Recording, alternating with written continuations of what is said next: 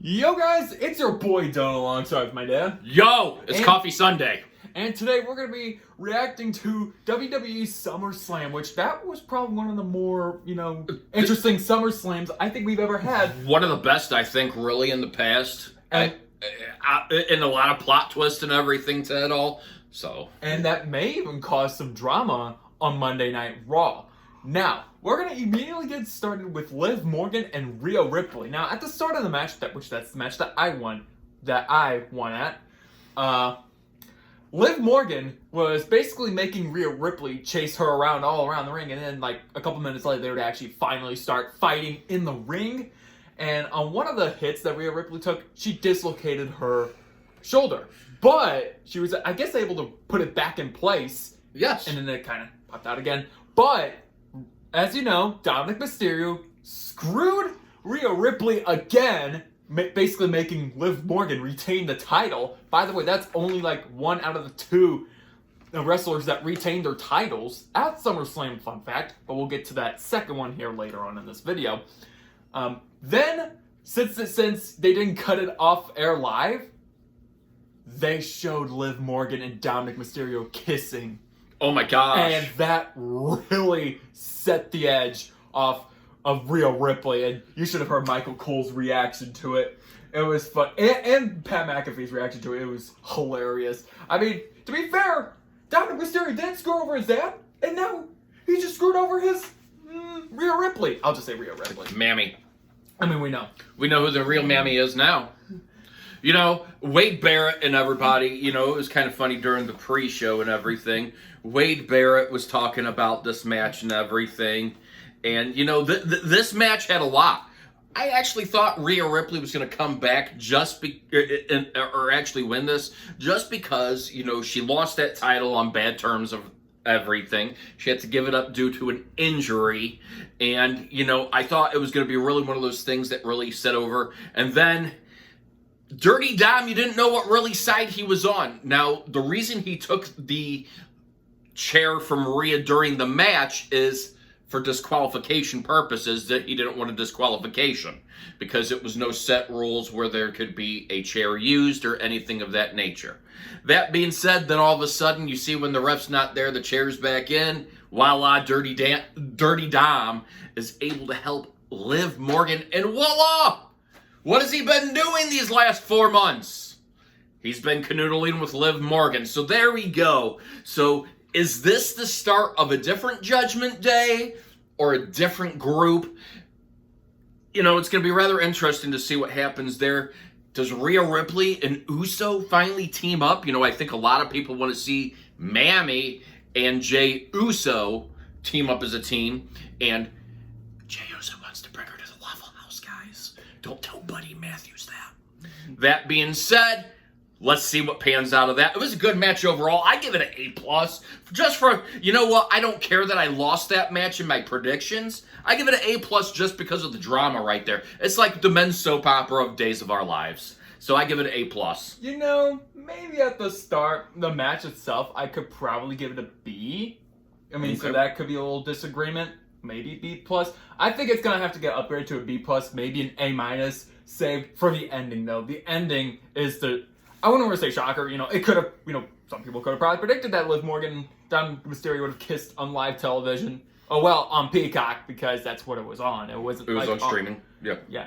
They can kiss on live, but they saved the best for Peacock TV. Mm-hmm. So that was the first match, and like I said, I'm gonna probably upgrade it to a B+ because, at most, because that's what saved it for being maybe even a B-. But, I don't want to go too low on that because that was an interesting match. Your next one. The next match we had was the Intercontinental Championship match between Braun Breaker and Sami Zayn. Now Sami Zayn won the first one, but at the ending of the match, back-to-back spears by Braun Breaker, and he was able to end the 119-day reign as the Intercontinental Champion. And Braun Breaker is the new Intercontinental Champion. And he's showing that he can be he's almost like Gunther. He can be really dangerous at times. Yeah, he really can. He could be dangerous at times. And both of them, Sami Zayn put a lot of heart and soul into that. this was one of those matches again. And remember, I predicted him to lose the first one, which great kudos to against Braun Breaker on that. Braun Breaker fixed his mistakes. One of the things I said, he had to get off more than 2 spears. He had 1 spear fail, and then he had 2 that actually connected. So that being said, those were the spears that really put it. His spears are powerful, guys. And you know, he comes from a great family tree of wrestlers, the Steiner brothers and everything. So he has those credentials to help him along the way. You see a lot of passion in both of them. And it was a very heartfelt, you know, match. It's never good to see somebody lose it. As much as I love Sami Zayn, it was his time to pass it on to Braun Breaker. I think Braun Breaker was able to fix those mistakes and everything and show why he is the new Intercontinental Champion. It will be interesting to see how Sami Zayn regroups now and kind of goes from there. I give that overall an A, simply because it was a very good match as well, too, guys. I give credit where it was served. Sami Zayn did an excellent job trying to stay out there. He gave it all he got down to his last gasp. There was no interference between anybody in that match. That was one of the few matches. I think that was the only match in the thing that had no interference from anybody. Nobody came out on either side, so they both got to do it themselves. A for that. You know, I'm gonna give it an. I agree with on the rating. I'm gonna have to give it an A as well. Again, congrats to Braun Breaker for winning the Intercontinental Champion. I mean, you can't be champion forever. You gotta give it up at some point. Yeah. So with that, the next match we have is the United States Championship, which that was Logan Paul versus LA Knight. Now, they were already fighting before the bell even rang. Like, they were fighting for 15 good minutes before the bell rang, before they were actually in it. Like 5 minutes, I believe. Like, it was longer than that. But Logan Paul was about ready to use those brass knuckles, and it wasn't like those gold brass knuckles. It was one with chains on them. But LA Knight was able to stop him from using it. Apparently, it came off of... It was a weak block. It was a weak block. Well, it was a weak punch that he got off, and LA Knight... Knight was able to come back from it, and I got closed there. But anyways, LA Knight was able to come back from that. He was able to quickly take him down. 1, 2, 3, and LA Knight wins his first ever WWE title overall, and that's the not undisputed. That's the United States, because he won the he's never won a championship, and this is his first one in WWE. As much as I don't like Logan Paul, you got to admit he's got aerodynamics that can actually move. The guy, if he cut, what would separate him is if he could keep MGK from giving him brass knuckles or anything like that. If he didn't have to use the brass knuckles, would put him in a truly contentional thing. However, he always has to find a way to have brass knuckles in his thing. I'm not going to say his aerodynamics or his setting of how he is. He actually has some incredible dynamic on his flips, on the range. He really does show himself out there, and it's great to see him out there. And it's not that you don't like the guy as a, and everything. I'm not a big fan of Logan Paul or anything, but I am going to give him credit where it is deserved. He can wrestle if he knows how to do it without the assistance of other people.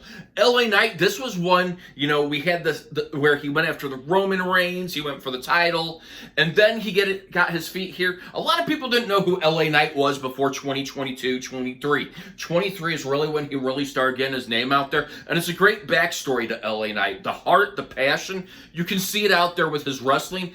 Talk about a guy that never gives up. He gives a 200% every single match. He goes into the mindset, and I like his attitude going into everything too. I listened to his his post-game interview, and it was great. I mean, he loves to have fun, and that's what it's about, having fun out there. And you really saw it last night.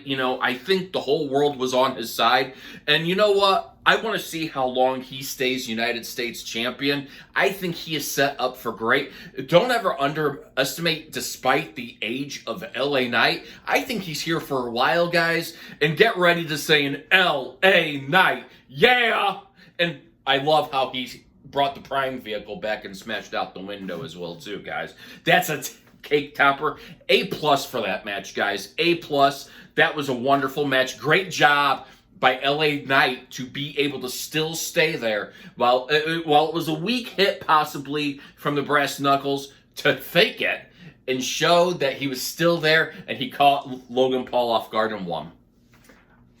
I'm gonna say it's an A minus, just because, majority of the matches, technically minus the other one that we're gonna talk about later on, the CM Punk and that, had interference, but overall, congratulations to LA Knight for winning the title, and, moving on from there.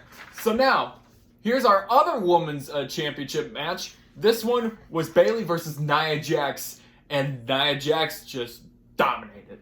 Okay, maybe in the middle of the match, Tiffany Stratton came out and tried to cash in the Money in the Bank. Actually, technically, if she would have cashed in the Money in the Bank, it would have turned into a triple threat match. Yeah. And I didn't say it was going to be a triple threat match.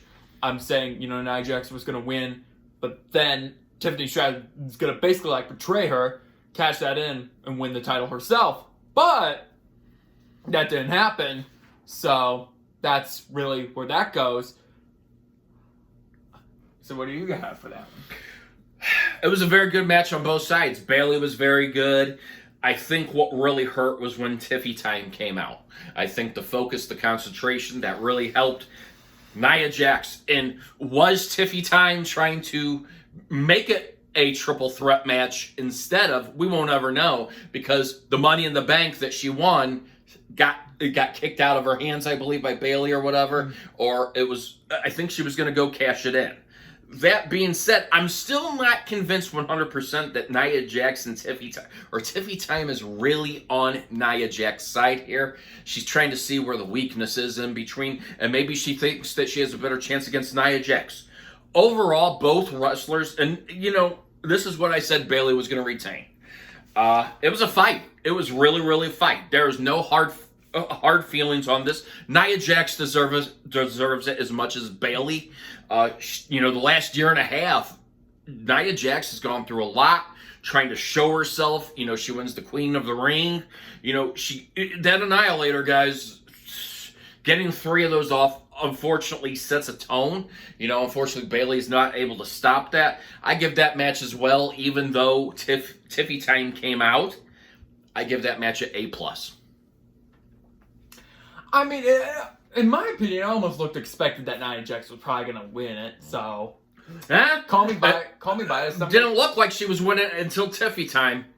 Bayley was stopping the Annihilators. I might have to get that B+. I'm sorry. I'm going to have to get that B+. Alright, the next match we have is CM Punk versus Drew McIntyre with special guest referee Seth freaking Rollins. Now, I think how it was kind of funny at the start. You know how you're hanging onto the rope and then the referee counts to 5, 4, 5, yeah, and they and you have to get him back. I like how he just throws him back, and right around as we got to the ending of the match, CM Punk and Seth freaking Rollins were getting into tensions, and CM Punk apparently all of a sudden did the go to sleep to Seth Rollins, but later on, Drew McIntyre would go in with the Claymore, and Seth Rollins was able to come back, get back up, and he was able to he was doing them slowly, that last count out slowly, but he was doing the 1, 2, and then McIntyre told him to go 3, and then he did the third one, which that basically gave Drew McIntyre the win. So, that was interesting. That was a good match, guys. I'm glad CM Punk lost. Okay? I have my new favorite who I don't like more in WWE. I would rather have Logan Paul than CM Punk.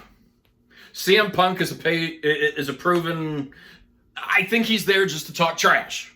I think that's all he is to do, is talk trash, start fights between everything. And this is when I sat here and said that McIntyre would win, and Seth Rollins would help McIntyre get that win. Look, for CM Punk, he had to know that he interfered with Damian Priest and Seth Rollins. That was Seth Rollins' chance at getting a heavyweight shot. Gunther doesn't have to abide by it or anything of that nature, and we didn't have that one yet, but nobody has to abide by those terms. So if Damian Priest retained, that was his shot to be able to get back to the heavyweight. Well, we all know CM Punk screwed him out of there. And then, the bracelet, we all know AJ Lee's probably going to return. That is CM Punk's wife. We all know she's probably going to return at some point to get the bracelet back and everything. But at some point, where does the set for Drew McIntyre, where does he go off to now that he wins? I'm interested in seeing CM Punk and Seth freaking Rollins winning, and Seth freaking Rollins taking him, CM Punk. Hopefully this is something that is a kick me out of WWE match, because It's called an I Quit match. No, they just call it the I Quit match is, really for the wrestling match though. I Quit WWE match where the person has to resign from WWE. I would love to see Seth freaking Rollins take CM Punk out of it and, kind of go from there. This was back after, I kind of figured this was going on with it. CM Punk didn't have a fair advantage because he had two people that were after him. And there was the low blow by McIntyre, and then the Claymore, and then essentially Seth Rollins was able to get back there and count the 1, 2, 3. This is going to set up to be interesting. I give that an A+. Actually, I give that an A++++, because this is the second match we've only seen CM Punk in since he's returned, and he's lost both of his matches. So there we go. I think on my end, I kind of lost because I kind of wanted CM Punk to win, but with that match, I might have to give it an A-. I think it's going to be given the A- title. Now, for the second Judgment Day match, which technically this is what really started the implosion of the Judgment Day according to Michael Cole. The World Heavyweight Championship between Damian Priest and Gunther.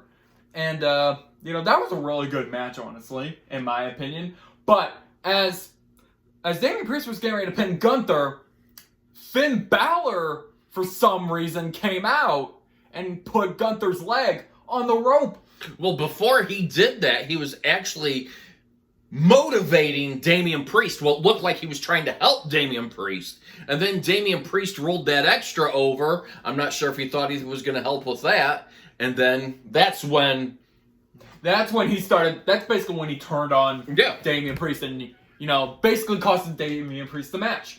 So that means we have a new World Heavyweight Champion, and that's Gunther. Now, I thought after, just Dominic Mysterio and all that, or the Dominic Mysterio incident was like, oh yeah, they're just going to kick Dominic Mysterio out. I know prior to the World Heavyweight match, Finn Balor and Damian Priest were getting into some tensions because, Finn Balor was like, not Finn Balor, Damian Priest was like, where's Dominic at? Where's Dominic at? And he asked him, he's like, you knew about this, didn't you? And Finn Balor said, no, he didn't. Whether he did or not is beyond me. And then prior to the match, literally prior to the match, both of them apologized to one another. And then all of a sudden that happens? I might want to touch up on this topic for a second. If I was to predict where the Judgment Day is going to go from here, if they were to break up, I'm saying, because technically Finn Balor is a tag team champion with JD McDonough. So they're probably going to stay together, and everyone else departs from one another. Everyone else, because there's also something called Carlito. Where's he going to go? Rhea Ripley could go her own way. Dominic Mysterio, he's going to go somewhere. He's with Liv Morgan. He's going to go... we already know he's out. After what just happened, he's definitely going to get kicked out, how it looks like. I don't think there's a Judgment Day anymore. And yeah, this almost basically dissolves a big, 5-6 member group, turns into only 2, 3? We'll see what happens. We haven't seen Demon Finn Balor in a long time. Does this have Demon Finn Balor come back out? I like both wrestlers, so kudos to Gunther for winning it. It was nice to see Gunther. It was nice to see the fans actually be on his side for once. Because usually they're not on his side. When Intercontinental Championship, that Sami Zayn, Chad Gable, they were all cheering for Sami Zayn in that. But it was nice to see two powerhouse. Damian Priest had a lot on the line because it was one of those things. He wanted to show that he can win without assistance. And when he saw the help coming in from Finn Balor, I think, you know, he thought, oh, I'm going to win now with this assistance and everything of that nature. But then just to see Finn Balor kind of go behind and do what he did, there's been tension in that locker room for a while, guys. And Finn Balor made a point like 3 or 4 weeks ago that ever since Damian Priest has won that heavyweight, his attitude's changed. And, you know, well, Mammy was the leader. When she went on injury, Damian Priest tried to step up. So they really didn't have a leader or anything. It will be interesting to see where Finn Balor, JD, Carlito all go. They might even team up with Liv Morgan. Liv Morgan might have a branch for them all to be, and then they become a new Judgment Day, and Damian Priest and Rhea Ripley go off on their own. But what you here's what the expectation was. What you thought was going to go possibly Damian Priest versus Dominic Mysterio has now really set the attention on Priest versus Finn Balor in some sort of match coming up soon, guys. So this is going to be really interesting. Overall, I give it an A+ as well. I think I'm gonna have to give it an A, just shy of an A+. But like that was, in my opinion, one of like the best matches. It was like one of the best matches. And congratulations to Gunther, hardworking person. I mean, outlasting everything. I mean, it took a lot. Congratulations. It's going to be interesting to see how long he keeps this title for, guys. Does he go on a long reign with it like he did with the Intercontinental Championship? Now, here's the match that I am probably... this may spoil my grading already. Here's the match that I'm probably going to be giving above an A. The Undisputed Championship, Cody Rhodes and Solo Sikoa. So it just started out as both of them. And then, you know, Tongaloa and Tua Tagovailoa, whatever. Jacob Fatu. He came in later. They came in and started obliterating Cody Rhodes. And then Kevin Owens, I thought Brock Lesnar came out for a second, but it was Kevin Owens and then Randy Orton. They came out and they got those two. Then Jacob Fatu came out. And apparently Jacob Fatu, you know, tried to help Solo Sikoa, but Solo Sikoa didn't get the pin in time because Cody was somehow able to kick out still. And Jacob Fatu, I guess, was very mad. You know, he's over here destroying Cody Rhodes and all that. And, you know, once both Solo Sikoa and Cody were on the ground on the mat, or I should say on the mat, or in the ring, I should say, you started hearing the music play for Roman Reigns. Roman Reigns came back, and he immediately, I wouldn't say he immediately went after, but he went after Solo Sikoa, gave him the Superman punch.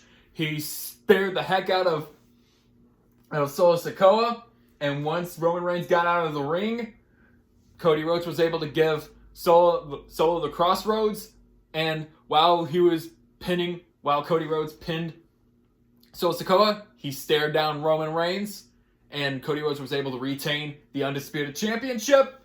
And there's a couple things that's going up my mind right now. One, you know, because they were kind of talking. You can kind of see them talking.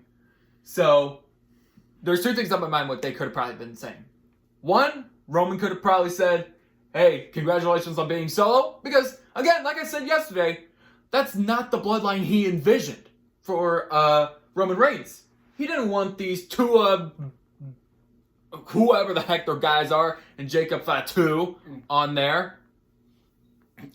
Or the second thing, and this is also on one of my dad's theories, the second thing they could be saying, that he could have probably said, is potentially for a rematch. Maybe for that Undisputed Championship. Maybe a Cody Rhodes, Roman Reigns Part 3 comes in. Maybe even another WrestleMania. Who knows? What do you got? This was a very good match, guys. This was a very good match. What looked like Solo Sikoa was going to win if Cody did not have the help from Owens. I mean, Solo was actually fighting in fairly well there, guys, without the help. I am actually surprised that Solo fought as hard as he did without any assistance to come out, how long it took for that assistance. And then out of nowhere, here comes Jacob Fatu, where everybody was wondering, where is this guy? He comes out, pops out, makes it, did the ultimate, and gave Solo the shot to win. That was the best opportunity for Solo to win. Cody was somehow able to kick out, and, you know, Owens and Orton come out and everything, and they tackled off the bloodline. However, that return of Roman Reigns was iconic, guys. That was iconic. That was the best in everything. You saw that slowness of him walking down, but then he did. He went after Solo Sikoa because remember what Solo Sikoa said, has been saying for a while, that Roman Reigns was a weak tribal chief, and he wasn't made to be a tribal chief, and he was the new tribal chief, and Roman Reigns wasn't going to come back. You had the OTC on the shirt that Reigns was wearing, which says Original Tribal Chief. It's abbreviated. It's abbreviated. So are we going to see something that builds between, number one, Solo Sikoa and Roman Reigns for a tribal chief match, who is actually the tribal chief? What happens here for, what happens here going there? The spear was the ender, the finishing, the crossroads. Was he helping Cody Rhodes win? That could have been a possibility. Probably. That was kind of one of the things. Or was he giving him the win? There was that stare, and you couldn't tell off of that stare, was that the stare of, he gave him the nod to go ahead and finish him? But was that the nod of, hey, I want to wrestle you again? Or was that the nod of, I agree with terms, congratulations on your win, this is me thanking you, keeping it there. What happens out of this for the actual bloodline? Now that they see that their actual leader did not finish out, where do those other two go? Where do they all three sit in the bloodline? They have to look at Solo as the compromise now. And does Jacob Fatu try to take over as the tribal chief? It's going to be interesting to see where this bloodline goes and everything. But that was a classic, having Roman Reigns return like that. I think it was great. I think it was an A+. No, we didn't get to see Yeet come out, but that's going to be interesting to see where he kind of goes as well too, Jey Uso from here and everything. But all in all, Cody Rhodes retaining it. Congratulations. He retains his title. A+, guys. I think that could be my A+ match right there. Like I said, I know I already spoiled the rating for this one, but, it is what it is. But my biggest question is Jimmy Uso. What's going to happen to him? That's going to be, I think, that's my biggest question is, what's going on with Jimmy Uso? I don't know. I guess we'll have to wait to find out. We'll have to wait and find out. We haven't seen him since his match. Since he was kicked out from the bloodline back in April. So that's gonna be something we're gonna have to see.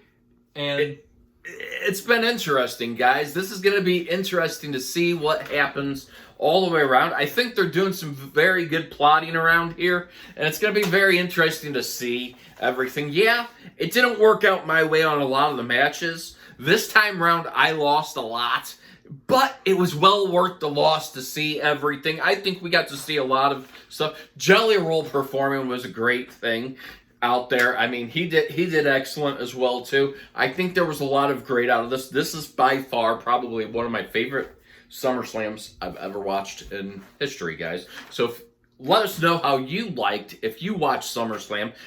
Let us know what you think is going to happen. Let us know if it's going to be Roman Reigns versus Cody Rhodes Part 3, or if it's going to be Final Boss versus Cody Rhodes. I don't know. We'll see what happens. So let us know your thoughts in the comments down below. But if you guys want to see more content like this, then please smash the subscribe button and punch that like button. Comment if you want to see something else. Don't punch your phone. Don't break your phone. Or you could just comment if you want to see something else.